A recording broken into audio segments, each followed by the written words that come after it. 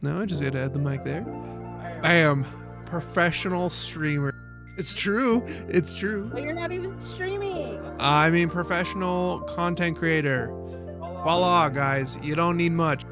This video is for all those people who are trying to get into content creation or streaming. I'm going to start out with microphones. You know, what your mic is going to be. I think that is the most important part of any content creation or streaming. I definitely think that when you pick the right microphone, it's going to make your voice, you know, emphasize your voice better, especially if you get the correct microphone. I've seen a lot of content creators and a lot of people out there talking about Jesus.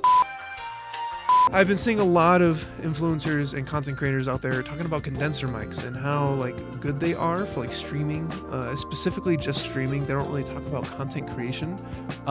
Do not buy a condenser mic, in my personal opinion.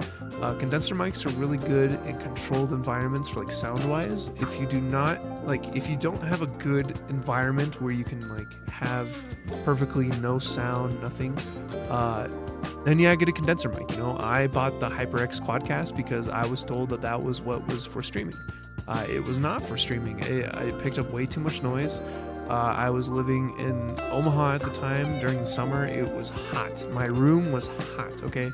It was almost 89 to 95 degrees in that room just during the 2023 summer.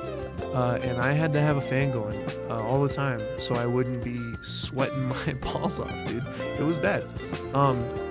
You know, and that mic picked it up. No matter what I did, no matter what filter I threw on, it somehow always picked up the fan, even when it wasn't even near. I even had the cardioid set on, and I had the fan behind the mic, and it still was picking up that fan. So I definitely think that you should look into dynamic mics, which I have one pulled up. This video is not sponsored, but this is the microphone I'm using. It's the Fifine USB LXR dynamic microphone.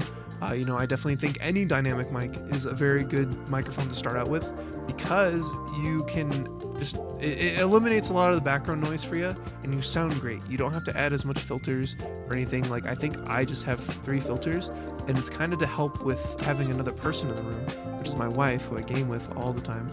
I don't ever hear her on my microphone unless she's screaming her head off or yelling at me, you know, not very much even when she is yelling at me. There's not much, you know, sound coming through.